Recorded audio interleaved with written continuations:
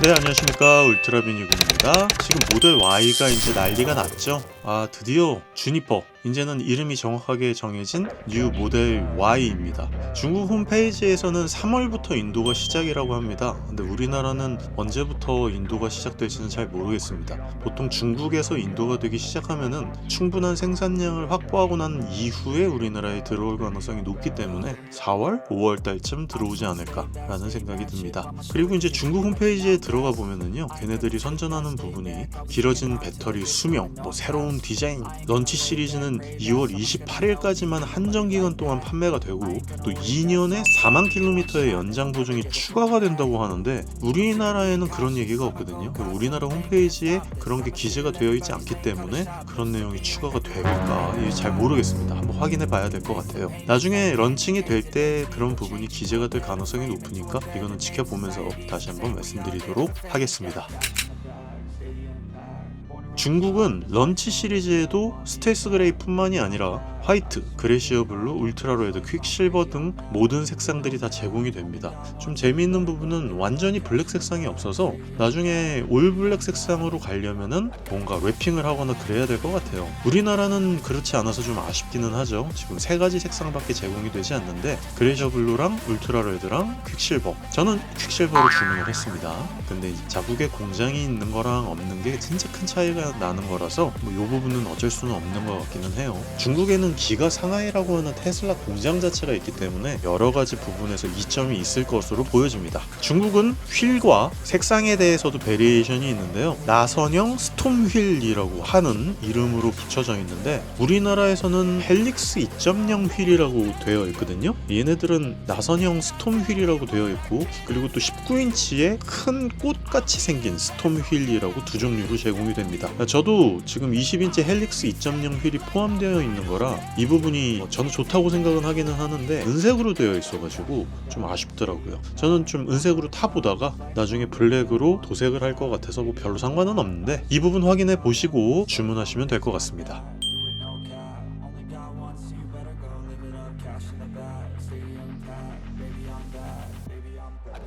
인테리어는 검정색이랑 흰색이 있어요. 둘 다 알칸타라 같은 느낌의 트림을 제공해 주기 때문에 두 나라 간의 차이는 없을 것으로 보여집니다. 재미있는 건 우리나라 테슬라 모델 Y의 전면 엠블럼이 없는 것으로 나와 있거든요. 근데 중국에서는 전면 엠블럼이 있어요. 그래서 이게 런치 에디션이라서 엠블럼이 없는 건지 아니면 우리나라에서 실수로 엠블럼을 떼고 올린 건지 이게 좀 헷갈리는데 이게 또 홍보 영상을 보잖아요. 그러면 엠블럼이 또 없는 상태로 충전하는 모습이 있기도 하고 또 있는 상태로 움직이는 영상이 있는 걸로 봐서는 이 부분은 나중에 확인을 좀 해봐야 될 것으로 보입니다.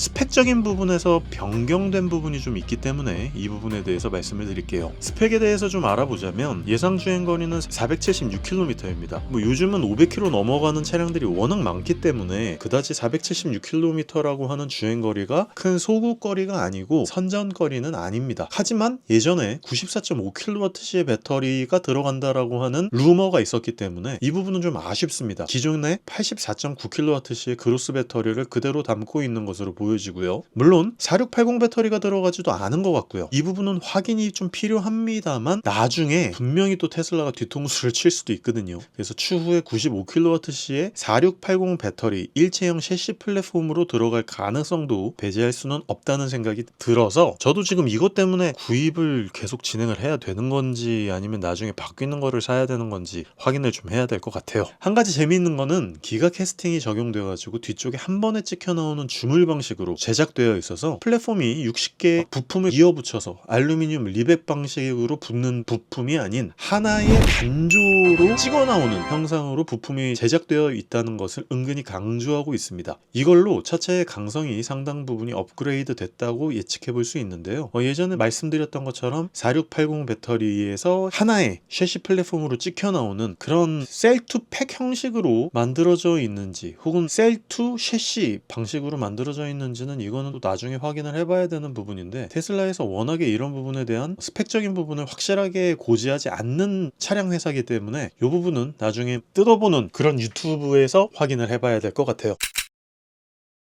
가장 특색 있게 변화된 부분은 전면 쪽에 일자 DRL이 들어가 있고요. 하단에 위치한 헤드라이트가 굉장히 눈에 띄는데 그에 또 버티컬 형태로 들어가 있는 에어로 터널이 눈에 확실하게 띄거든요. 아마도 이게 실제 공기역학적인 부분을 기본으로 실제 구멍이 뚫려 있는 것으로 예측이 됩니다. 아마 곧 실차량이 나올 테니까 그때 제대로 다시 말씀드리도록 하겠습니다. 서스펜션과 댐퍼의 세팅도 새롭게 바뀌어가지고 승차감이 매우 좋아졌다고 얘기하는 거 보니까 아무래도 모델 3 하이랜드와 같이 승차감 위주로 세팅이 좀 된 것 같아요. 기존의 모델 Y와는 비교할 수 없을 정도의 승차감을 제공해 줄 것으로 예측이 됩니다. 저도 이 부분을 제일 기대하고 있는데요. 추후에 승차감 세팅이 어떻게 되었는지에 대해서는 분명히 제가 리뷰를 통해서 정확하게 말씀을 드릴 수 있는 부분이기 때문에 기대해 주시면 감사하겠습니다.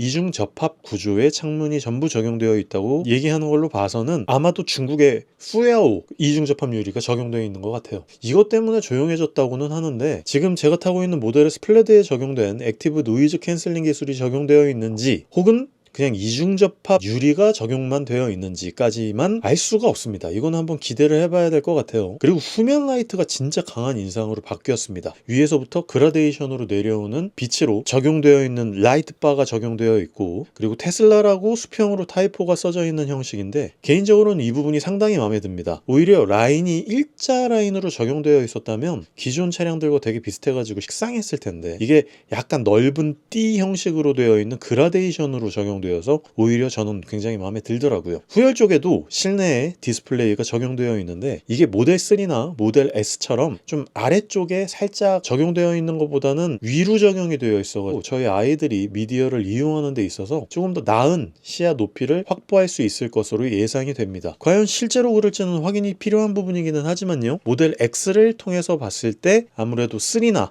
S보다는 조금 더 나은 위치를 보여줄 것이라고 보여줍니다. 정말 신기하게 이번 모델 Y에는 그 어떤 차량에서도 적용되지 않았던 전동식 프렁크가 적용되어 있습니다. 그래서 전동식 프렁크가 이 부분에 있어서 애프터마켓이 엄청나게 활성화되어 있었는데 우리한테는 좋은 점이지만 애프터마켓을 운영하고 있으신 분들한테는 좀 아쉬운 부분이기는 하네요. 게다가 후열 쪽에 전동식으로 폴딩이 되고 또 전동식으로 후열 좌석이 리클라이닝이 된다는 부분이 모델 3나 모델 S보다도 훨씬 더 비교가 안 될 정도로 좋게 변화된 부분입니다. 이로써 제 모델 S 플레드는 저 혼자만의 개인 차량이 되고 모델 Y가 가족 차량이 될 가능성이 더더욱 농후해지네요. 과연 뒷열이 완벽하게 폴딩이 될런지는 한번 나중에 출시가 된 이후에 확인을 해봐야 될 부분이기는 하지만 어쨌거나 이 부분도 매우 기대 중입니다. 완벽하게 폴딩이 되면 폴딩이 되는 대로 좋고 안 되면은 제 울트라 차박키공으로 차박을 하면 되니까 이 부분은 확인을 꼭 해보고 말씀드리도록 하겠습니다. 모델 3 하이랜드와 같이 인테리어 안쪽에 앰비언트 라이트가 적용되어 있고 역시나 15.4인치의 하나의 디스플레이가 적용이 되어 있습니다. OTA를 통해서 업데이트가 되는 부분은 확정되어 있는 사실이기 때문에 이거는 편안하게 즐기시면 되는 부분이고요. 게다가 앞으로 업데이트가 될 FSD나 EAP를 통한 신호등 체계, 노화, 재미있는 기능들이 점점 확대될 예정이니까 이 부분도 나중에 추가적인 포텐셜로 차량을 구입하는 데 있어서 좋은 요소가 될 듯 합니다. 이미 미디어는 충분히 좋은 UI, UX를 보여주고 있고 유튜브 뮤직이라든지 넷플릭스라든지 디즈니 플러스라든지 여러 가지 진짜 미디어적인 부분에 있어서는 업데이트가 계속 되고 있기 때문에 굉장히 기대가 되는 부분이고요. 그리고 또 음질이 엄청나게 좋잖아요. 거기다가 이번 모델 Y는 양쪽 측면에 기존에는 없었던 스피커 커버까지 적용이 돼 있는 걸로 봐서는 오디오까지도 좀 업그레이드가 됐나? 라는 생각이 듭니다. 어쨌거나 저는 업그레이드가 되든 앰프가 추가가 되든 다인 오디오나 포컬 쪽으로 조금 더 좋은 오디오로 업그레이드할 가능성이 굉장히 높습니다. 그렇기 때문에 나중에 제가 뭘 업그레이드 할지에 대해서도 기대해 주시면 진심으로 감사하겠습니다. 그리고 그 어떤 차량들의 앱 커넥티비티보다 말도 안 되는 성능을 보여주는 앱 그 자체 테슬라 앱을 보여주기 때문에 SDV로서의 새로운 경험을 하고 싶다면 사실 테슬라 차량이 답이기는 해요. 소프트웨어 디파인드 비클이 다른 차량들도 이렇게 만들겠다라고 비전을 제시하고는 있지만 이미 SDV로서 만들어져 있는 차량은 테슬라밖에 없기는 하거든요. 그래서 레거시 브랜드들이 따라가지 못하는 부분들이 굉장히 많죠.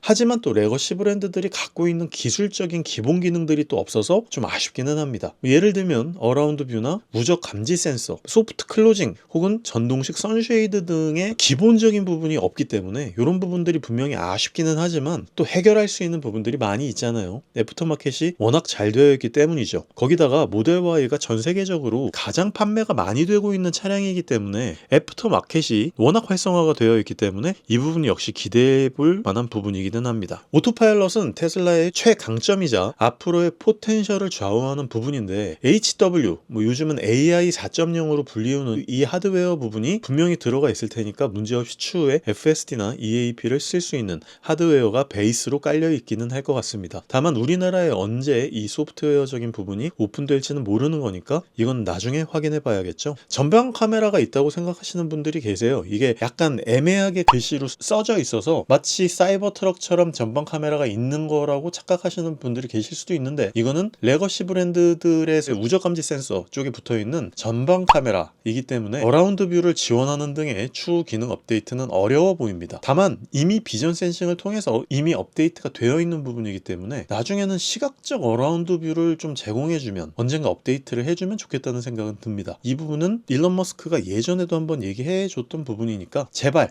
탑뷰로 어라운드 뷰를 텍스처로 좀 이렇게 입혀가지고 보여주는 방식을 제공해주면 좋겠다는 생각이 들어요.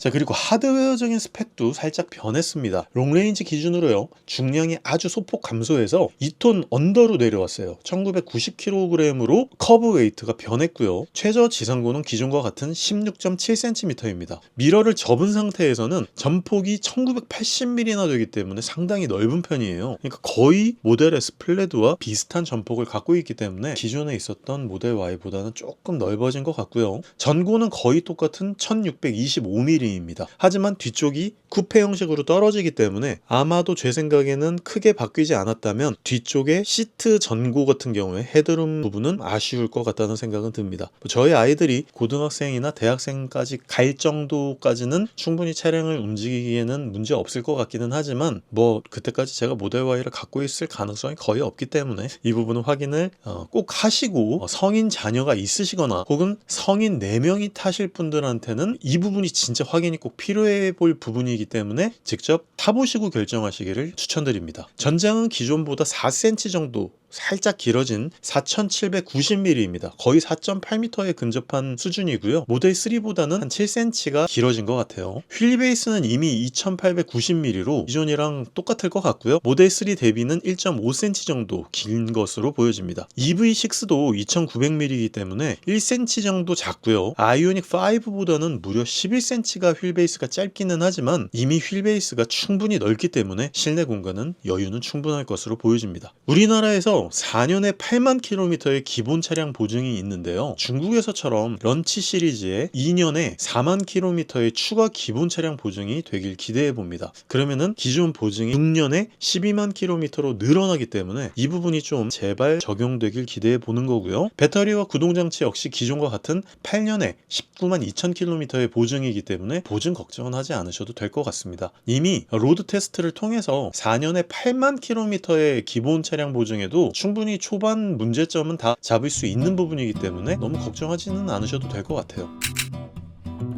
자, 정리해보자면 스펙적으로 큰 변화는 없습니다만 애초에 워낙 소프트웨어적으로 우수한 컨셉을 가진 차량이고 이 부분 덕분에 전세계 판매량 1위의 기염을 토한 순수 전기 차량이기 때문에 이번에 출시되는 뉴 모델 Y의 판매량 역시 기대해볼 만한 수준인 것 같습니다. 진짜 이번에도 전세계적으로 BEV나 내연기관 통틀어가 전세계 판매량 1위를 한번 해볼 수 있을 것 같거든요. 이것 때문에 좀 주식도 올라주면 진심으로 좋겠네요. 먼저 디자인의 변화와 앞쪽 전면 통풍 시트, 그리고 후열 전동식 폴딩 시트와 전동식 리클라이닝, 그리고 또한 전면 전동식 프렁크가 가장 크게 기능상으로 변한 부분인데 그렇다면 애프터마켓으로 작업할 내용이 딱 정해지네요. 그러면 다음 영상은 모델 Y에 추가적으로 제가 작업할 내용에 대해서 미리 어떤 부분을 추가할 건지에 대해서 영상으로 만들어 보도록 하겠습니다. 다음 영상도 기대해 주시면 진심으로 감사하겠습니다. 감사합니다. 울트라비니문이었습니다.